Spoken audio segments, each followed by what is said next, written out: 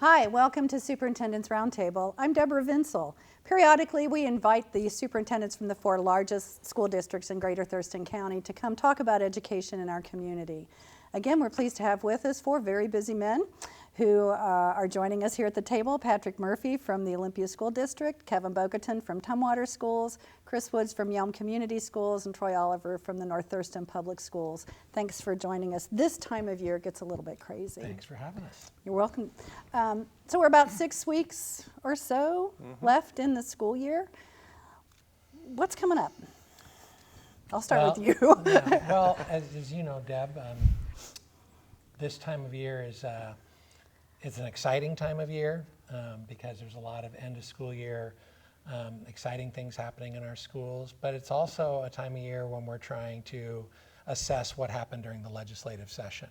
So I'm not sure which one of those we want to get into first, but I think probably first and foremost on our mind, because Sine Die was last Sunday, it's kind of like the main thing we've been looking at and seeing how that is going to impact us going into next year. Once again, all of our school districts were imploring the legislature to fully fund public education. It's kind of an uncertain economic time, not just in our state, but across. That's kind of an understatement. Yeah, but across the country. And our state was facing a little bit of a deficit, and even though revenues are going up, and so we were worried. And it's not signed yet. The governor hasn't signed the budget that came out of the legislature. But there were some, I think, important slight increases in some areas that the state invested in special education, which we've talked about, in material supplies and operating costs, which is we're all being impacted by that because of inflation. And then there was a little bit of movement on the local levy, which allows our local communities to contribute more if they want to, which doesn't involve state funding, and that's kind of a double-edged sword. We're happy to have that ability, but not every community can pass that levy, and so we're just assessing what that all adds up to. And this is the way I compared it. We had a superintendent meeting this morning. The metaphor I use is kind of like a patient in an operating room, maybe an emergency room, and is bleeding pretty profusely. And this legislative session was helpful to slow the bleeding, if it gets signed by the governor, and that's a big if. But it kind of allowed us, it didn't stop the bleeding. We still have some significant things to make up in those areas that I mentioned, but it might give us a little bit more time to think thoughtfully about how we continue to restrict and contract and do those things if the funding doesn't come through. So that's been a big part of what we've been doing the last couple of weeks, and that's probably why you're seeing a little bit of a concern about that, and at the same time, like I mentioned, really exciting things that are happening with commencements and celebrations and all sorts of stuff. But I'll let my colleagues. Kevin. I'm thinking if I continue with your metaphor, it's like, am I applying the tourniquet to this patient at this point? Tumwater is facing, we're like a $4.5 million deficit, $6 million reduction this year. So really that's been kind of all-consuming probably since January, and just the impact that's having on the community. I think from the legislative session, this is my second year in the state of Washington, and one of the things probably I've been most impressed with is this year specifically, as I even compare last year to this year, this cohesive, collaborative, all kind of the major educational organizations all coming together collaboratively to work and kind of have a very solid, sound message on addressing the kind of what was certainly heard across the legislative, both sides of the House and Senate, talking about the big 3: transportation, MSOC, special education. They were able to kind of do the talking points on our behalf even by the time we got to the beginning of the session. And we've done, as a group, regionally, statewide, a lot of advocacy, a lot of telling our story. I wish it would have come out a little bit better, just personally for my, Tumwater to, as I'm having lots of tough conversations with staff members as we reduce, and telling people that they don't have a job next year that's one of the hardest parts of this job that we have to do. So I think it's been a really tough year. And then in trying to balance, like, we're going to have an unprecedented number of kids graduating. I think in the Tumwater School District, our alternative learning school, Cascadia High School, is going to graduate more kids than they ever have. with just some consolidated effort by staff. So there are people doing lots of great things, and I know we'll get a chance to talk a little bit about that. But yeah, the legislative session, it's like we're grateful for what we do have, given probably every other major department across the state took reductions. Yep. So public education at least was held a bit harmless in that. It still is inadequate from all of our standpoint, who are challenged every day, but I know we're optimistic as we move forward. I know, Chris, it's really a challenge for you out in Yelm, because you've had a challenge with your levies not passing. Yeah. So how does this legislative work affect you? CPR, is that where we're at now? Yeah. You know, as you mentioned, we failed our levy, and last year made significant cuts for the school year, nearly $10 million.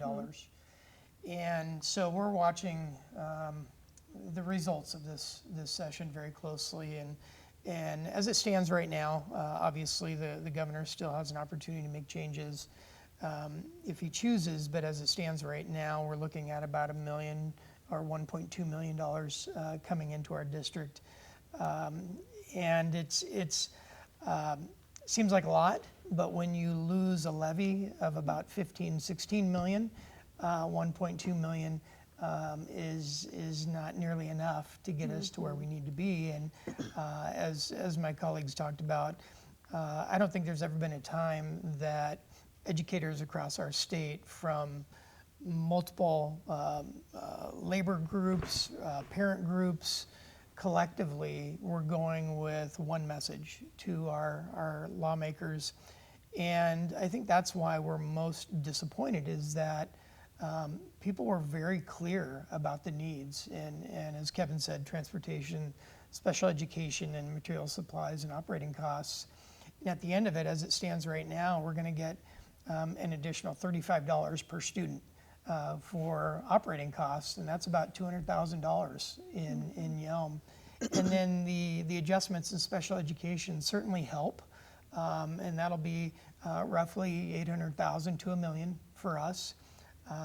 One decision they did make that is going to be beneficial to many districts is raising that lid for special education. It was at 16% of your enrollment could be funded for special education. They took that lid off, and so now we can be funded where we are. And for Yelm, we get up to about 18%, and that number is continuing to climb. All of us are seeing an increase in special education numbers, and so that's going to be helpful. But overall, pleased that we are getting some assistance, but not nearly enough, and especially for Yelm, where we don't have levy dollars to bridge the gap between where the state funds us and where we need to be.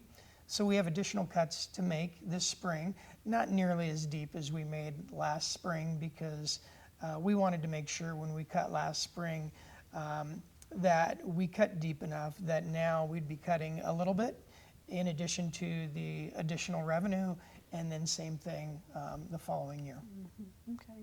Troy. Yeah, it's a similar story in North Yeah. Thurston. So we knew, based upon our enrollment projection, that we were going to reduce some staffing, particularly at some of our secondary schools, just right sizing to meet contract language and all those pieces. While we're grateful for what came through the legislature, we're going to benefit on the special ed pieces. We're going to benefit on MSOCs. We're going to benefit on the levy. But at the other end, that money has already been spent. It's increased costs for us through labor agreements, insurance, and so on and so forth. So we feel fortunate that we'll be able to maintain what we have this year. But as we look out 2 or 3 years, it's a frightening picture, I think, for all of us across the state. And we're looking at that in North Thurston and say, okay, where can we down the road begin to cut back if we need to make sure that we're still providing as many programs as possible that the state is funding and what our local levy has supported. But as we look into the future, it's going to be tighter and tighter. So that's a concern for us. But the good news is, going into next year, kind of looks like a status quo from this current year. Can I add a little Sure. context to that? Sure. So you heard Chris mention the special education and the MSOC, $35 per kid, and what that generates. So we did an analysis in Olympia, and to fully fund our material supplies and operating costs, the increase needed to be $500 per kid. So I want to give you that context. Right. So $35, we're happy about it, but it's Right. not even close. lifting the cap, as Chris mentioned, was the right thing to do. If you have 18% of your kids receiving special education services and they say, oh, you know those extra 50 or 100 kids that get you to 18%, we're not funding them. None of our school districts say, sorry, we're at our cap. You need to find some other place to go to school. So that was the right thing to do. It wasn't a huge fiscal investment by the state because the state averages less than 16%. So there are districts that are over 16%. We were at 16.3. We might be below 16 next year. The big thing was the multiplier. And you remember we talked about the multiplier, that every student that comes in first is a regular education student, and then they get additional funding. And the multiplier is what they multiply the general education apportionment by to get an additional sum of money, kind of doubles it or more than doubles it. The multiplier was 1.06 or 1.12. This legislative session, they bumped it up to 1.16, got rid of 2 multipliers and just says 1 for all kids, 1.16. So if you were at 1.12, it's a 0.04% increase.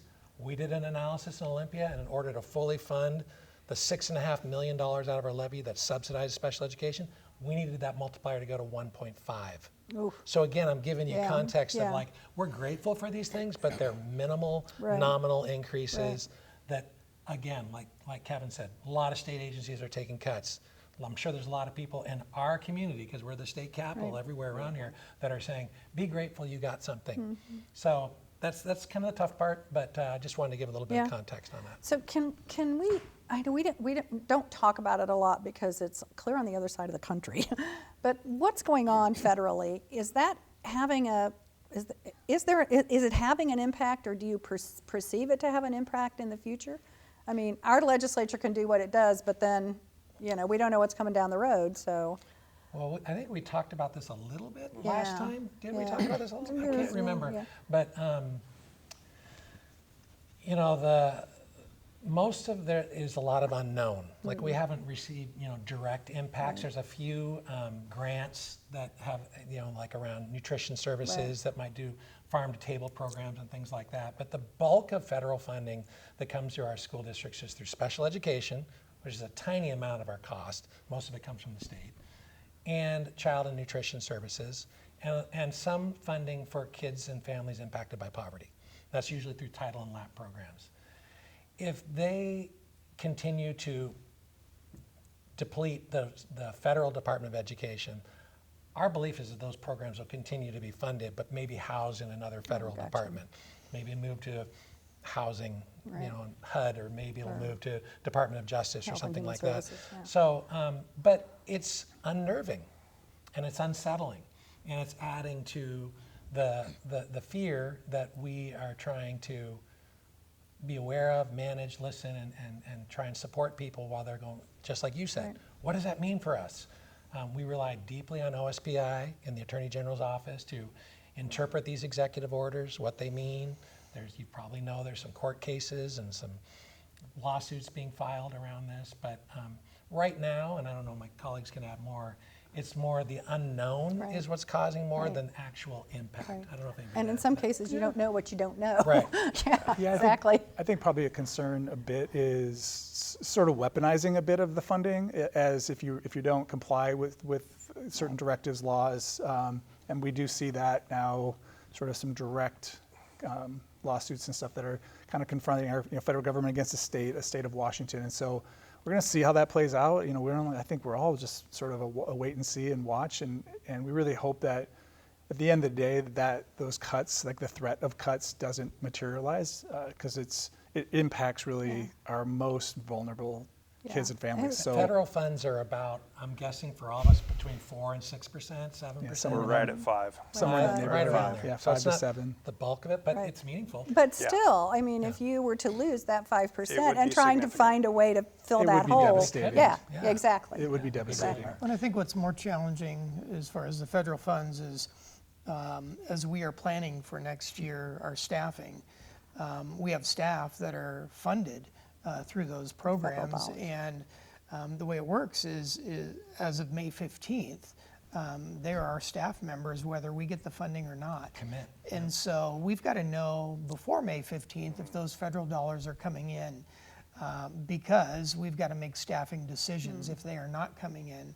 But either way, at that May 15th deadline, those staff are ours contractually, and we have to find ways to pay them whether those federal dollars come or not. So do the dollars come directly to the district, or they come through the state? Through They come OSPI. through the state? They go Okay. through OSPI. Okay. But to your point, Deb, Yeah. it is, while it looks like a pretty small impact on us, we're paying attention, we're doing what we Right. can. OSPI and the State Attorney General's office doing a great job of keeping us informed. When I go out in the community, that's the number one question I get. A week and a half ago, I was out of Panorama City giving a presentation, and most of the questions around the impact of the Department of Education, federal funding, and all those pieces. So our community is definitely paying attention to it and certainly wondering, and we're doing our best to keep abreast of that information. But it's a, I say distraction, because it's real, but it's not where our most important efforts are. But it would make it very difficult for planning. You know, it's like, how do you plan when you Yeah. don't know what you don't know? That's right. Don't, You I know, think so- most of us, though, yeah. are basically, we're taking a little bit of a wait and see. I don't think any of us are doing contingency plans, assuming Okay. that we're not getting that money. I Not think we're there. going the opposite, and it will be, yeah, we'll have to take some pretty drastic measures if it does come through. I think we have to, you know, to the point about contingency, I think we have to think, well, what if? I mean, we have to do that. Right. We would, Yeah. you know, it'd be remiss not to consider those possible things. But at the same time, like we've all said, we have work to do, and we're hopeful, but we need to, you know, long term, like Troy said, next year we might be okay, but the year after that, the year after that, those are things where we have to plan out, and we have to maybe not make investments at a larger scale or make commitments at a larger scale, because there is that uncertainty out there. I know we keep talking about money. There is also some other ramifications of just Sure. the Department of Ed around state assessment. A lot of that's driven by federal law, federal guidance. They're usually managed through the Department of Ed. Same thing of civil rights and kind of protecting the rights of our most marginalized families, kids in our district and communities. Those sort of supports and enforcement pieces just seem to have quickly have dissipated. I don't think we have yet to see the ramifications of those Yeah, kinds the of impact. impacts. And again, like state testing and some of this national testing, I have heard, NAEP is this, the national assessment that they do, that office is completely gutted, and how will they even continue to do that kind of assessment? So there's a lot of unknowns that we'll be experiencing over the next couple of years. And some people will be happy about that. That's Yeah. true. I can think of some students that might be happy not to have to deal with the Yeah, testing. yeah, for sure. But still, I mean, it's Data, yeah, you know. yeah. It's Yeah, the less data data, points that yeah. you need to make sure that that what you're doing is being effective and students are being well served. So, Yep. yeah. Wow, that was a deep one. That was a deep dive. Anything else legislatively from the state level that, we've mentioned the special ed piece, but The what levy. are the details on that? The levy piece we haven't Oh, the talked levy about. piece we haven't talked about. Thank So- you. So the levy piece is, for lack of a better way of saying it, is an easier out for the state when they're facing a deficit.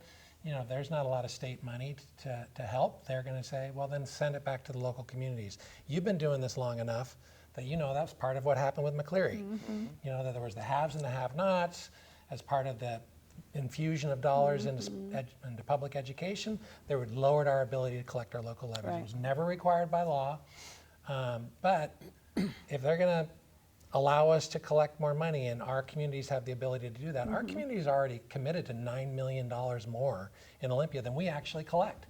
So our community is ready to do that. That's not the case everywhere. And so there was something called levy equalization, LEA, to help school districts that can't pass a levy while allowing other districts to raise that. I believe, we were talking about this morning, LEA might not even be in the budget.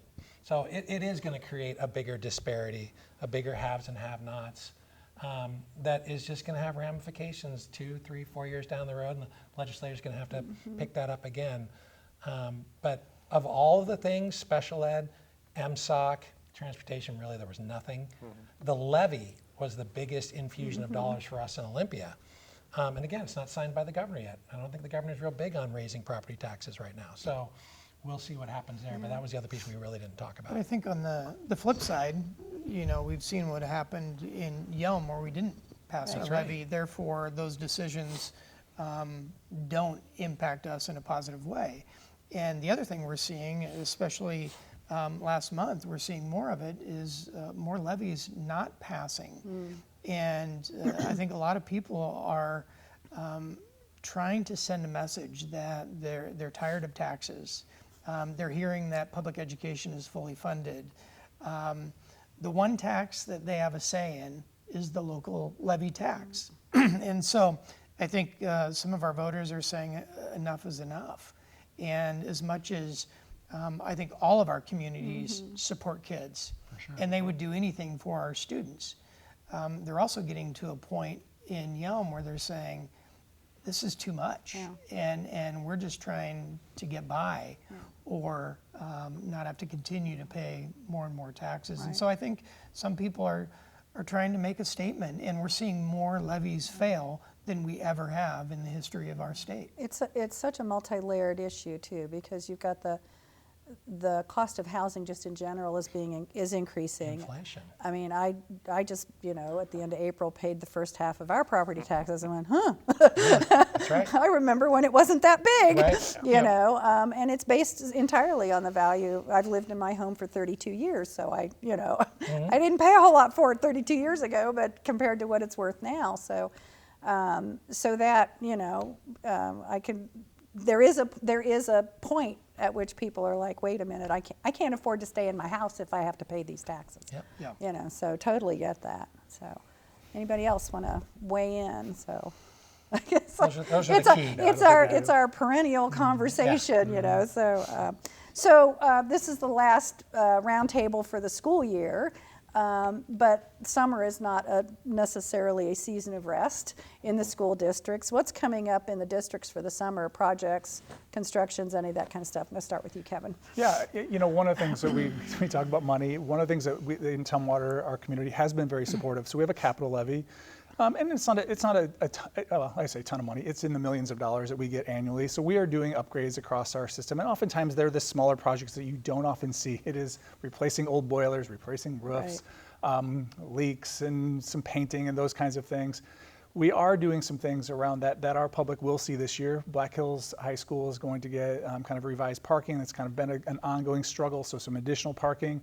We are covering, we have a soccer field there that is played on year-round. The bleachers there are just kind of out in the weather, so we're putting a cover on the bleachers out there for Black Hills High School. We also have a track that hasn't been upgraded in about 15 years, so they're going to get new track surfacing. Again, just kind of reducing injuries for our athletes. So there's like those kinds of projects that are existing across our systems that, again, I wish they could, again, we oftentimes like capital money, I can't use it for people. So it's these projects to keep going. So I know that sometimes our community struggles with understanding of why are you building a covered play area or a covered part on your bleachers, but we're cutting staff. And that is, I know that sometimes it's hard for our folks to wrap up their heads around, but it is really geared specifically towards capital projects, and I can't use it anywhere else. Right. But, That can be a hard explanation. I know. I think we need to probably just keep reminding folks about that. Like, so that's what you voted for. Yeah. So what's going on in Yelm over the summer? I mean, it's We still have some projects from our capital bond, and we have some facility improvements at our transportation department that are happening right now. We have some other small projects around the district, some new reader boards to help with communication. We can now control those reader boards across the entire district and push out one message. As a district, we can also do that in the event of an emergency.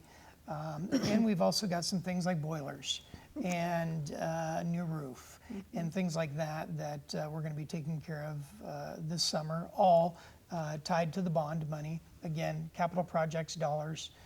Just had somebody the other day say, how can you be putting up new reader boards when we're making cuts? And again, trying to clarify that two different pots of money have two very different sets of rules and how they can be used. I think the most important thing, though, that we are starting, we actually had our first meeting last night, we are starting our strategic planning.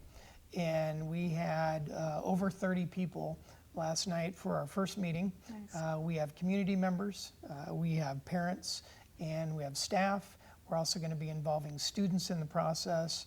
And it's time for Yelm to put together a new strategic plan to chart the course forward. And honestly, I don't think there's been a better time for us to be doing this work than right now. And we were thrilled with the turnout. We had people apply to be on the committee. We had a lot of applications, and we have several more meetings throughout this spring and through June. And I'm really looking forward to that plan when we're done, and being able to use that as a filter for our decisions in the future. So when we do get levy dollars back into our district, we'll go to our strategic plan and say, what did we say was a priority for us? Now that we have those dollars, we're going to make sure that we're following that plan. Troy, what's going on out at Yeah, Thurston? so we're gearing up right now for some summer programming. We will not have as robust a summer programming that we've had in the last couple of years. We've used ESSER dollars. Those dollars are completely gone for learning recovery. So we're kind of going back to sort of pre-pandemic summer programming, really around credit retrieval for our high school students that are not on track to graduate, some elementary students, maybe K-3 that are not reading at grade level and getting them caught up. So that's a big focus. We're also working on, at our last board meeting, our school board adopted a new reading curriculum and a new social studies curriculum for elementary schools. So we're going to be working on getting all of that curriculum planned for teacher training, set up for rollout in the fall of the school year, and that's very exciting for us. It's been a number of years since we've had a new reading curriculum, and it's time that we go that direction. It's really grounded in the science of reading, and really excited about how that process is going to roll out. On the construction side, we are going to be in the next 2 weeks our final bond sale.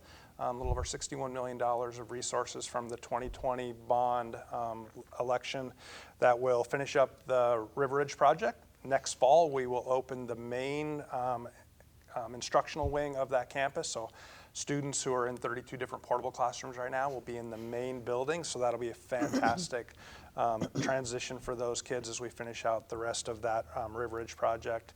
And then sometime next fall, we're still working on the timeline, we will be able to move into the RMAC, or the Old Bally's, which will house our Family Youth Resource Center. We'll bring the South Sound Reading Foundation back into that space, archives. And then the most exciting part of that is Ignite Family Academy will have a space that's truly their own. That program is continuing to grow for us and been a real good resource for a segment of our community. And then on the capital project side, we are using some resources there to open our Young Child and Family Center, which we've been working on with collaboration with the City of Lacey, the YMCA, other community partners, Timberland Regional Library. So we'll be getting a shovel in the ground next fall for that. That'll be adjacent to the Nisqually Middle School campus, and we're very excited about where that's going. And really, especially when you see what's happening at the federal level around ECAP and some of those early learning opportunities that may be going away our community, that will be a nice backfill. And then the last thing I'll mention is, it seems like a pretty long runway here, but next fall we'll have 3 classrooms serving up to 60 kids at Seven Oaks Elementary School as part of the Bezos Academy. So that has been open for families to enroll and get involved in that for 3 to 5 year olds, Montessori type preschool. They'll be running it, but on our campus, and they'll be serving kids in our community who families maybe can't afford a preschool program, and the cost of childcare is off the charts, and this will give some families an opportunity to participate in that. So we're really excited about that happening. How many youth? 60 students. 60 So students. they have 3 classrooms. They can serve 20 per classroom. The exciting thing about that is it's day-long preschool with wraparound childcare, and it's year-round. With food services provided at no cost to families, and families up to 400% of the federal poverty level can apply. So it's your maybe quote-unquote working poor, that if a spouse went back to work, every penny they would make in that job would maybe go to childcare. This allows them to go back to work. That enhances their family income, and their children are getting a good That's an exciting experience. project. Yeah, it's very exciting for us. Very exciting, cool. How about you? What's going on in Olympia? Well, we're going to be doing summer school, as Troy mentioned. The COVID dollars have gone away, so we normally pay for that out of LAP and Title, which is some of that's federal money. But we will have an elementary and secondary program this year, but it might be a little bit rolled back. We've got some safety vestibules that are going into about 7 or 8 of our buildings, the last as part of a previous ballot measure. But there's 2 things I wanted to mention that are pretty exciting. One of the things that we put in our last capital levy was we put in a segment of money, a couple of $1 million, for safe routes to school. So when we think of safety at school, some of it is getting to school, particularly walking to school, biking to school. And so we've been having a really I would say, productive meetings with city officials as a pairing with the City of Olympia. And we're going to be putting over $300,000 worth of replaced and raised crosswalks at all 19 of our schools across our system. And on the east side and on the west side, we're going to be doing some, which I'm learning new vocabulary, traffic calming in a couple of places, which involves speed bumps, Right. putting up the signs, what their speed is, maybe those sort of in and out types of things just to slow people The down. zigzags, yeah. Yeah, and we're doing that with the city, and again, because of the generosity of our voters, allowing us to pay for things that traditionally you would never think of putting that in a capital because it's not directly on our campus, but it helps our kids get to school. And the last thing I would mention is we have a policy that calls for a 10 to 15 year facilities long-term planning. And that committee's been meeting for almost the entire year. We have a meeting coming up this Monday. And we're going to throw out some pretty wild ideas as we talk about the fiscal realities, the shrinking enrollment, and all the cool things that we want to do for our kids. And we're going to think about community school models. We're going to think about outdoor learning differently. How can we use the property? How can we better utilize our resources while we're facing these fiscal hurdles that we need to come by and improve education for all kids? We should be talking about this regardless if we weren't even in this fiscal situation, but kids are living in a different world. They're going into a different world of work with the instantaneous information. What does that mean? How we might change elementary, middle, and high school education? How do we partner better with the healthcare community right here on the west side to create health pathways? Maybe because we are right here in the state capitol, how do we create leadership academies with the Senate, with the legislature to do things? It's really exciting, and I think it is a good time, like Chris said, there's never a better time than right now when you're facing kind of some challenges to think about how you might do things differently. So we're excited about that. Okay. So we have enough time left to share our special stories. It's the end of the year, and I know you all go out into your schools on a regular basis and experience some pretty profound moments out there in the school district. Chris, I'm going to start with you on this one. Tell us about some of your favorite memories from this school year. Well, I think we have so much that goes on in our schools that is amazing every day. We don't often get to hear it because I think some of the other noise gets in the way, but I think we're all trying hard to push out the positive messages to our community and help everybody to see how well our public schools are doing and how great our staff are and how amazing our students are. One thing this week that may seem small, but it really is part of a bigger story. Earlier this week at our high school on the same day, we had 3 substitute teachers come in. All 3 were former students. And recent, as in 4 years ago, they just got out of college and coming back to our community where they graduated. And it was really neat for the staff in the front office to see these 3 former students coming in to sub, and they still look like students. But that tells, I think, a bigger story of how important our community is to those who have been there and the fact that they want to come back. Just a couple other exciting things. First time in 10 years, our Ridgeline Middle School band received a superior rating at Chinook Music Educators Association Regional Band Festival. That's great. That's a big deal for these It kids. is. Awesome. And pretty exciting. We also had a student-based enterprise, our greenhouse. Over 150 students. Every year we have our greenhouse sale. They made over $35,000. And this is in about a day and a half. It is pretty amazing. People start lining up before 6 a.m. and it opens at 8 a.m. It's student run, and our students in our CTE, FFA programs do all the work over the course of the school year, all for this culminating project, and these dollars get poured back into our program, which is pretty neat. And also careers in education students got to go to national competition. These are just some of the things that our students are involved in and get to experience on a daily basis that might not be on the front page of the newspaper, but should be. Yeah. I was a band nerd, so yay. What instrument? 4 instruments, double reeds and flute and piccolo. Yeah, Okay. so Troy, how about you? Yeah, so a couple of items student related. So we just recently at the last board meeting recognized our cheer squad from River Ridge High School that are state champions. So that's pretty Woohoo. exciting. And then we had an individual gymnast from River Ridge High School, also state champion. I think it was the saw vault. that. So we're pretty excited about that. And then prior to that, at Skills USA, as part of CTE Career Technical Education Program, one of our young men from North Thurston High School won the state cabinet making. So people think, they often think woodworking is gone, you don't have shop in schools. Absolutely we do. And not only that, we've got kids, and the cabinet he made is absolutely amazing, and he's actually going to nationals for a competition there. So that's pretty exciting. And then this year, one of the things that came to me as part of my transition into the role was some of our people in our maintenance department says, it would be nice to recognize people that have been here for a long time. So I started thinking about that and worked with the communications department. We put together a plan to recognize every employee in the district in 10-year intervals. So anybody that's been in the district 10 years or more, 20 years or more, 30 years or more. And then we found that there was 40 and more, so we had to have a pin design for that as well.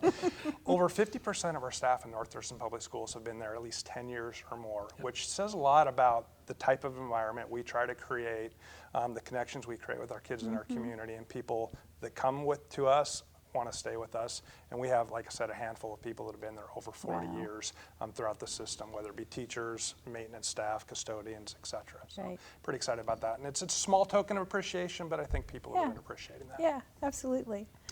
Well, I want to echo what my colleagues have said over here. There's so many good things going on in our schools.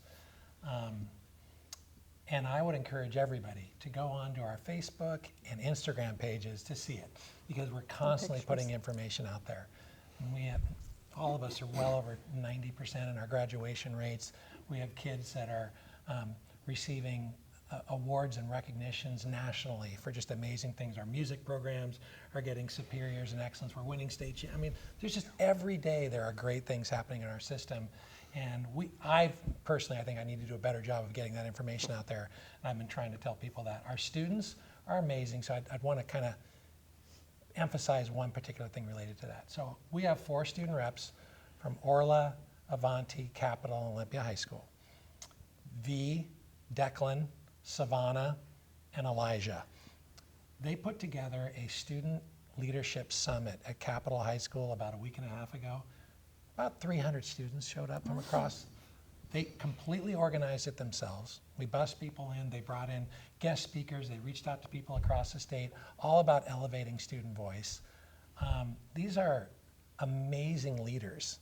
Anytime I think one of our board meetings we're like kind of going in the wrong direction, or we just kind of need to get our priority and our focus back, it's our student reps on the board that often say, this is what we're seeing in school, this is what's happening, and we go, oh, that's right, and we get back to it. So they started a group called SLAC, which is funny, I sort of jokingly call them slackers. Yeah, but it stands for Student Leadership Advisory Council, which I know my colleagues have to help the superintendent of the school board. But when you have big ideas that you want to get feedback on, nobody knows the perspective of a student better than The a students. student, right? So, there's just really good work that's happening on that, and we've had school board directors that have helped to really lead that work, and it's just really exciting, and it makes me really optimistic about moving forward, because that's going to help us make better decisions regardless of what our fiscal circumstances are. Kevin, last but not least. Yeah. Well, Chris reminded me of our strategic plan, which I didn't talk about. We were finishing up. That started in January. We've had, I think, probably 1,000 people that have participated in that, plus a bunch of survey. So that'll be wrapping up in the next couple months. So really giving us direction over the next few years. We're excited about that, even despite not having money. But it is starting to get everyone pointed in the right direction and rowing all in the same direction. So we're excited about that. We hear all these really. Our kids are amazing. In just Tumwater, this is just in the last couple months, state art champion, Tumwater High School, I think they won 3 state titles in 3 different areas for their dance team. Our Black Hills High School had an undefeated girls state champion, 48-0. So their first state champ in I think in that school's history. So a lot of that kid's doing amazing things, and What again, sport was across that? in wrestling. Wrestling. Wow. Yeah. One of the things that's coming up, again, we have a group of folks that do a ton of work, called Day of Champions. Our special education folks come together in cooperation with Special Olympics. And so on May 21st, Tumwater High School is hosting students from across the district to come, a bunch of volunteers and parents to go through kind of a Special Olympics sort of event with them. And so if people are interested in coming in and cheering those athletes on 10 to noon at our Tumwater District Stadium on May 21st, so that'll be exciting. And I want to leave one of my more recent visits. This is the first year we've done transitional kindergarten. So these are students that are 4 years old, kind of the year before they enter into our kindergarten. I've gotten to visit them. Just one of the most enjoyable moments of and to see our students really learning through play. And so they will just take you by the hand and build blocks, and they're coloring and painting and talking and all these conversations that they're in between each other with the adults that are coming in. Then the teacher will do a little tune, and boom, they all stand up, clean up, all to the carpet, and you think, oh, we were like thinking, oh, our kindergarten classrooms, I don't see some of this. Just like they're not coming in with those skills that we see, and so our transitional kindergarten people are doing amazing. Our state has started to fund that. Sadly, it's not able to expand right now, but I think, or at least we're keeping that, and I think it's, again, the kids are just, is again, some of our most special moments, and we see how prepared they're going to enter into our kindergarten.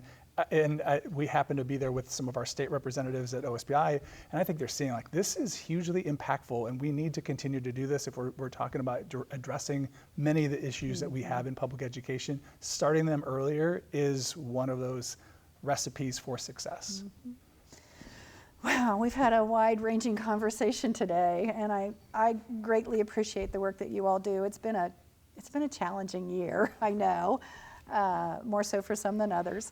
We appreciate that you came back because you're on a volunteer basis now. I am on a volunteer basis So now. we're very grateful that you're here. I greatly appreciate our conversation since I'm a former educator. I taught for several years, and I come from a family of educators. So these topics are always of personal interest to me. So, and I have young people in my life who are in the school district, so it's important for me to also to know what's going on. So thank you all for taking time out of your busy schedules Pleasure. to come and be part of the roundtable, and best of luck for the rest of the year and as you move forward. And we'll see you all hopefully again in the fall. Absolutely. And for all of you watching, if you're the parents of a preschool child, please read with your child 20 minutes a day. It's one of the best things you can do to get them ready for school. And throw in some counting games to get them a little bit interested in numbers and math. If you're the parent of a school-age child, get involved with your child's education. There are many ways that you can volunteer with your school. Talk to your child's teacher or to the principal, or go to the website to see what volunteer opportunities there are. And a special message to the graduates this year. I always get verklempt when I do this. Congratulations on your success and your hard work, and may your life journey be filled with success and joy. And to your parents, very good job. Congratulations to you too. From all of us here at Thurston Community Media, thanks for watching. We'll see you again in the fall.